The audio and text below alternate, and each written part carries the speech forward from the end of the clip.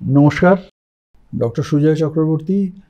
আজকে আপনাদের কাছে একটা বিশেষ বার্তা নিয়ে উপস্থিত হয়েছি।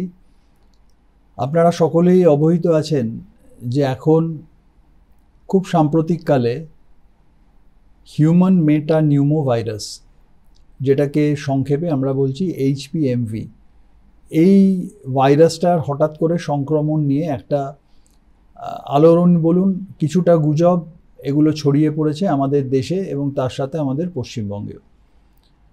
একজন চিকিৎসক হিসেবে এবং বিশেষ করে একজন শিশুরোগ বিশেষজ্ঞ হিসেবে আপনাদের আমি এটুকু বলতে চাই যে এই যে HPMV, এই ভাইরাস কিন্তু খুব কমন একটা ভাইরাস, যেটা এর আগেও ছিল, যেটা আজকের দিনেও বর্তমান এবং যেটা আগামী দিনেও থাকবে।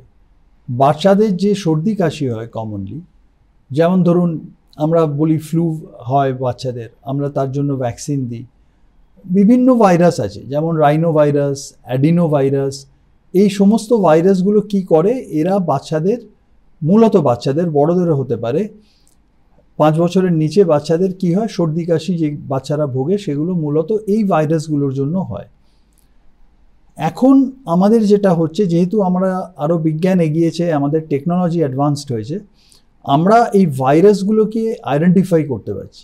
আগে আমরা কি বলতাম, একটা বাচ্চার শরীর খারাপ হলে যে এর একটা ভাইরাল ইনফেকশন হয়েছে। এখন আমরা বলতে পারছি এর অ্যাডিনোভাইরাল ইনফেকশন হয়েছে, কি এর রাইনোভাইরাল ইনফেকশন হয়েছে, কি এর হিউম্যান মেটা নিউমো ভাইরাস ইনফেকশন হয়েছে। তার মানে ব্যাপারটা ভাইরাল ইনফেকশনই থাকছে। শুধু যেহেতু আমরা ভাইরাসগুলোকে আইডেন্টিফাই করতে পারছি, আমরা শুধু সেই নামটাকে জুড়ে দিচ্ছি ভাইরাসের আগে। অর্থাৎ রোগের যে বিরাট কিছু পরিবর্তন হয়ে গেছে তা কিন্তু নয়। ভাইরাল ইনফেকশনই আছে, শুধু নামগুলো ভাইরাসের আমরা আরও বেশি করে জানতে পারছি, ল্যাবরেটরিতে পরীক্ষা করে দেখতে পাচ্ছি, সেই জন্য ওই নামগুলো আমরা ব্যবহার করছি।